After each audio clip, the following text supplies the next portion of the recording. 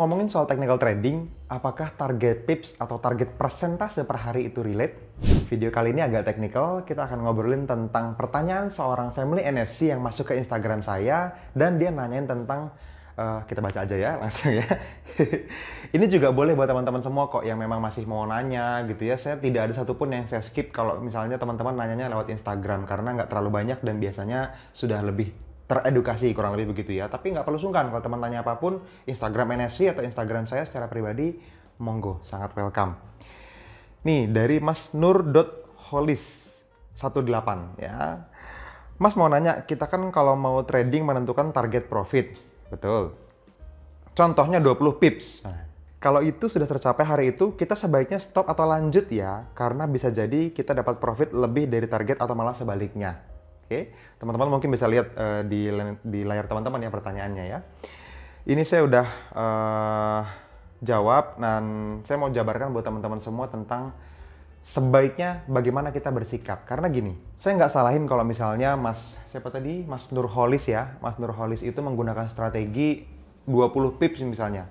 Karena memang begini, setahu saya banyak banget master-master yang ngajarin seminar gitu ya, bikin online course juga sekarang karena memang lagi online seperti ini, itu mereka rata-rata ngajarin sesuatu yang lebih mudah untuk diterima, lebih menarik untuk dijual gitu. Dan saya mau kasih tahu faktanya buat teman-teman semua, karena kita ngasih kontennya kan free buat teman-teman. Teman-teman harus tahu kenyataannya seperti apa. Kalau teman-teman pakai target pips atau pakai target persentase, menurut teman-teman coba jawab sendiri. Kalau misalnya ternyata teman-teman deserve more, ada banyak peluang yang lebih banyak, apakah teman-teman mau tetap berhenti? Jawabannya enggak dong. Jawabannya ya ambil semua, kan harusnya gitu.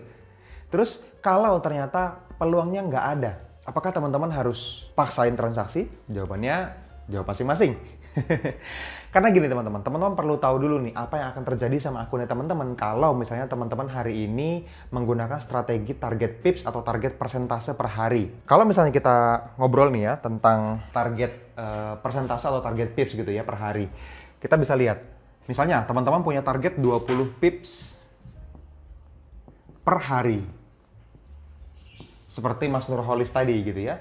Nah, di situ teman-teman targetin nih, oke. Biasanya itu tidak dapat di satu transaksi karena targetnya hanya pips gitu. PR-nya hanya pips aja. Nah, yang akan terjadi seperti apa teman-teman? Kemungkinan output yang akan terjadi yang pertama, kalau misalnya teman-teman hari ini transaksi menggunakan pair apapun, lalu teman-teman berharap harganya bergerak searah dengan analisanya teman-teman kan gitu ya. Maka yang akan terjadi adalah teman-teman akan ngumpulin nih, oke, sudah target 5 pips, tapi terus kok lama banget gitu ya. Udah 10 pips, apakah ini harus di-cut profit misalnya? Balik lagi jadi 5 pips, balik lagi ke harga OP. Terus naik lagi ke harga 5 pips. Apa yang teman-teman lakukan? Sebagian besar orang karena tidak tahu harus keluar di mana ketika market sedang berjalan, dia ambil. Akhirnya dia ambil nih, oke, plus 5 pips dia close. Lagi transaksi plus 10 pips dia close. Lagi transaksi plus 5 pips dia close. Sehingga di total 20 pips. Selesai tugas hari ini. Oke? Apakah hari ini indah? Oh, mungkin iya, karena sesuai dengan target pipsnya kan gitu. Lotnya selalu sama biasanya. Mungkin nggak kalau misalnya teman-teman ngalamin gini, output yang lain selain ini. Teman-teman ngalamin targetnya nih 20 pips per hari, tapi belum nyampe 20 pips sehari, tiba-tiba udah mulai terus minus, bolak-balik, hasilnya minus, minus 5, minus 10, terus balik lagi jadi BEP. Terus minus 5 lagi, minus 10, minus 20, terus balik lagi jadi BEP. Apa yang teman-teman lakukan? Teman-teman tetap berharap mudah-mudahan profit dan bisa di-close dengan minimal 5 pips deh, 10 pips deh. Itu yang terjadi dengan banyak orang. Kesalahan orang tidak tahu harus keluar di mana ketika sedang trading di market. Sehingga yang terjadi adalah, yang pertama, akumulasinya kemungkinan besar akan loss. Karena apa? Minus berapapun yang teman-teman lakukan akan selalu tahan. Itu psikologinya tidak mau mengaku salah, kurang lebih begitu. Makanya teman-teman selalu menahan floating minus gitu. Itu yang terjadi.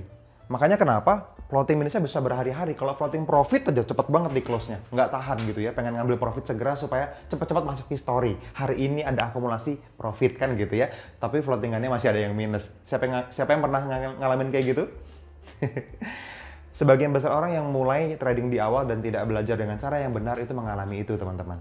Tidak salah, karena memang yang ngajarin pun banyak yang begitu. Jadi saya juga miris sebenarnya perasaannya.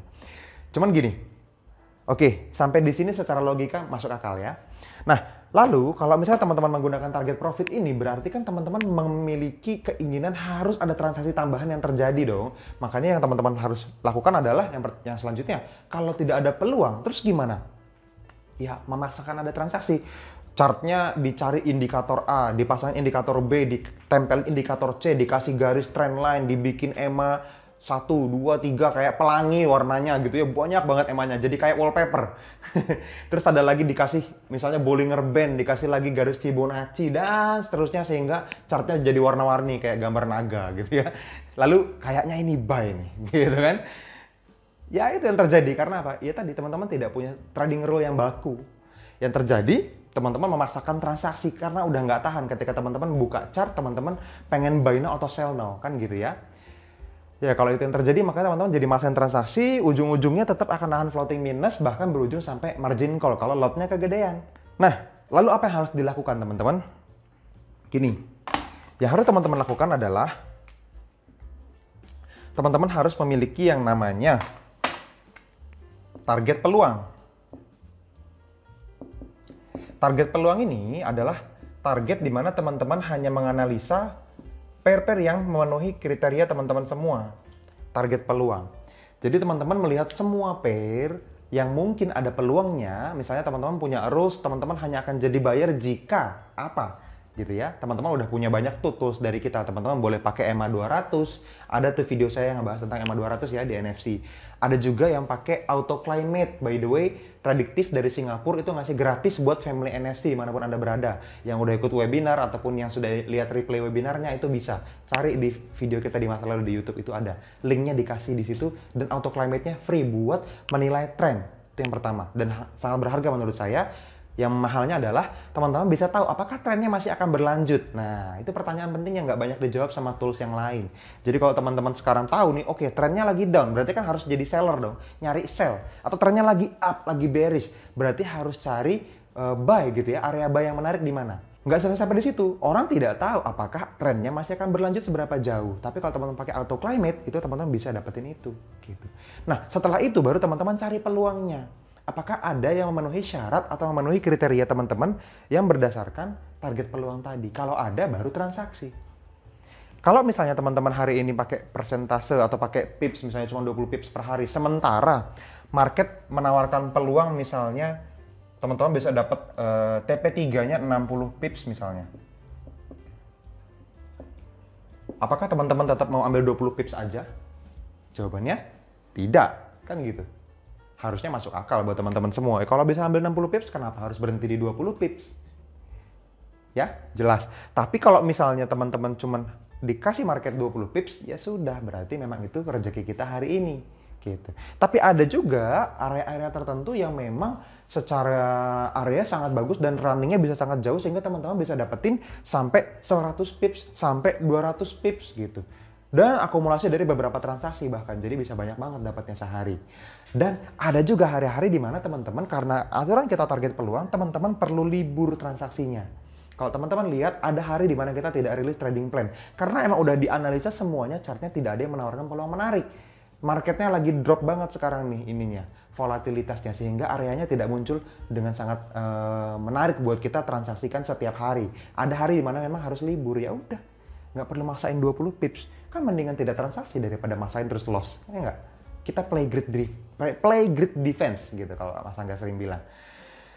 Nah, yang terakhir buat teman-teman semua, gini, teman-teman penting banget kalau misalnya teman-teman menggunakan target pips harian atau target persentase harian, kemungkinan besar tidak mengerti apa itu RR dan MM. Jadi risk versus rewardnya harus jelas teman-teman. Teman-teman mau pakai take profitnya itu di TP misalnya 1:1 atau 1:2 atau 1:3. Itu teman-teman harus ambil keputusan dan harus selalu minimal sama atau lebih baik dari stop loss-nya. Oke? Karena kalau targetnya seperti ini, yang diambil 5 pip, 10 pip, 5 pip setiap kali profit. Tapi kalau loss sampai 30 pip ditahan, itu berarti RR-nya nggak bener. Mabok namanya. Berarti teman-teman mengizinkan diri teman-teman semua untuk loss gede tapi profit kecil. Ya, makanya di Nusantara Efek Community kita selalu ajarkan teman-teman menggunakan risk reward yang baik, menggunakan analisa yang dari awal sudah direncanakan kalau loss akan berhenti di mana, kalau profit akan berhenti di mana. RR ini teman-teman, RR ini nggak bisa ditawar.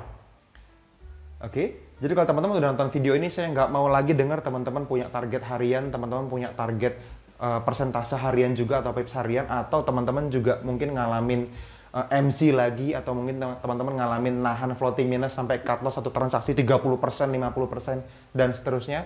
Saya pikir teman-teman sudah harus lebih dewasa, karena teman-teman sudah tahu alasannya kenapa. Ya, kalau teman-teman anak umur 8 tahun, teman-teman nggak perlu tahu alasannya. Saya suruh nggak usah pakai yang lain, pakai RR yang benar, memang benar. Teman-teman mungkin akan ikut. Tapi kan teman-teman udah dewasa. Teman-teman jadi seorang traders yang bisa memiliki rules atau kedewasaan dalam hal trading gitu. Teman-teman perlu ngambil keputusan untuk bisa jadi lebih dewasa di sisi tradingnya, teman-teman semua. Oke? Ya, mungkin itu aja teman-teman. Kalau kita ngomongin target profit ya, sekali lagi garis bawain teman-teman, targetnya harus target peluang, bukan target pips atau target persentase. Dan teman-teman boleh compare ke apapun yang terjadi di luar sana, di luar NFC. Kalau mungkin ada yang lebih baik, saya terbuka untuk diskusi. Silahkan komentar di bawah video ini, apa yang teman-teman alamin dari pengalaman teman-teman semua selama trading belakangan ini, mungkin berminggu-minggu terakhir atau selama bertahun-tahun belakangan ini. Silahkan komentar di bawah video ini juga. Thank you sudah menonton sampai akhir. Sampai ketemu di video-video selanjutnya. Dadah.